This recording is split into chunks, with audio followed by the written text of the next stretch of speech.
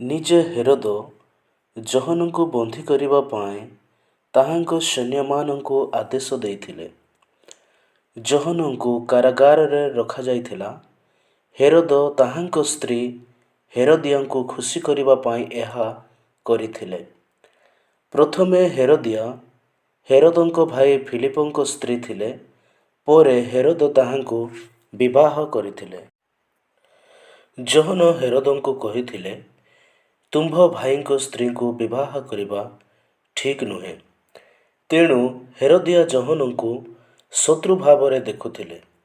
ସେ ଜହନଙ୍କୁ ହତ୍ୟା କରିବାକୁ ଚାହୁଁଥିଲେ, କିନ୍ତୁ ସେ ଏଥିପାଇଁ ହେରୋଦଙ୍କୁ ପ୍ରବର୍ତ୍ତାଇବାରେ ଅସଫଳ ହୋଇଥିଲେ। ହେରୋଦ ଜହନଙ୍କୁ ମାରିବାକୁ ଭୟ କରୁଥିଲେ। ସେ ଜାଣିଥିଲେ ଯେ ସମସ୍ତ ଲୋକ ଜହନଙ୍କୁ ଜଣେ ଭଲ ଓ ପବିତ୍ର ଲୋକ ଭାବୁଥିଲେ। ତେଣୁ ହେରୋଦ ଜହନଙ୍କୁ ରକ୍ଷା କରୁଥିଲେ। ଜହନଙ୍କ ଉପଦେଶ ଶୁଣିବାକୁ ହେରୋଦ ଖୁବ୍ ଭଲ ପାଉଥିଲେ। ତଥାପି ଜହନଙ୍କ ଉପଦେଶ ହେରୋଦଙ୍କୁ ସବୁବେଳେ ବିଚଳିତ କରୁଥିଲା। କିଛି ଦିନ ପରେ ହେରୋଦଙ୍କ ଜନ୍ମଦିନରେ ଜହନଙ୍କ ମୃତ୍ୟୁ ଘଟାଇବା ପାଇଁ ହେରୋଦିଆଙ୍କୁ ଗୋଟିଏ ସୁଯୋଗ ମିଳିଗଲା। ତାହାଙ୍କର ଉଚ୍ଚ ଅଧିକାରୀ ସେନାପତିଗଣ ଏବଂ ଗାଲିଲୀର ବିଶିଷ୍ଟ ବ୍ୟକ୍ତିମାନଙ୍କୁ ହେରୋଦ ରାତ୍ରି ସମୟରେ ଭୋଜି ଦେଉଥାନ୍ତି। ହେରୋଦିଆଙ୍କ ଝିଅ ଭିତରକୁ ଆସି ନାଚିଲା। ତା ନାଚରେ ଅତିଥିଗଣ ଓ ନିଜେ ହେରୋଦ ବହୁତ ଖୁସି ହେଲେ। ହେରୋଦ ଝିଅକୁ କହିଲେ, ତୋର ଯାହା ଦରକାର ମୋତେ ମାଗ, ମୁଁ ତୋତେ ତାହା ଦେବି। ହେରୋଦ ଶପଥପୂର୍ବକ ମଧ୍ୟ କହିଲେ, ତୁ ଯାହା ମାଗିବୁ ମୁଁ ତୋତେ ତାହା ଦେବି। ଏପରିକି ମୁଁ ମୋର ରାଜ୍ୟର ଅଧା ଭାଗ ତୋତେ ଦେଇପାରେ। ଝିଅଟି ତା ମା ପାଖକୁ ଯାଇ ପଚାରିଲା, ରାଜା ହେରୋଦଙ୍କୁ ମୁଁ କ'ଣ ମାଗିବି?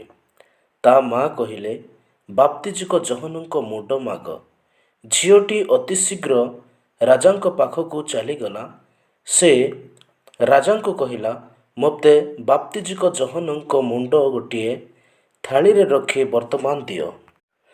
ରାଜା ହେରୋଦ ବହୁତ ଦୁଃଖ କଲେ, କିନ୍ତୁ ସେ ଝିଅର ଇଚ୍ଛା ଅନୁସାରେ ଦାନ ଦେବାକୁ ଶପଥ କରିଥିଲେ।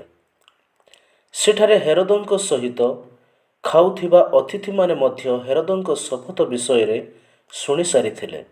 ତେଣୁ ଝିଅ ଯାହା ମାଗିଥିଲା ତାହା ଦେବା ପାଇଁ ହେରୋଦ ମନା କରିବାକୁ ଇଚ୍ଛା କଲେ ନାହିଁ।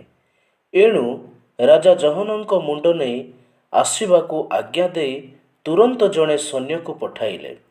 ସେ ଯାଇ କାରାଗାରରେ ଜହନଙ୍କ ମୁଣ୍ଡ କାଟିଦେଲା। ଜହନଙ୍କ ସେହି ମୁଣ୍ଡ ସେ ଗୋଟିଏ ଥାଳିରେ ଆଣି ଝିଅକୁ ତାହା ଦେଲା। ସେ ଝିଅ ସେହି ମୁଣ୍ଡ ନେଇ ତା ମା'କୁ ଦେଲା। ଏହିସବୁ ଘଟଣା ଜହନଙ୍କ ଶିଷ୍ୟମାନେ ଶୁଣିଲେ।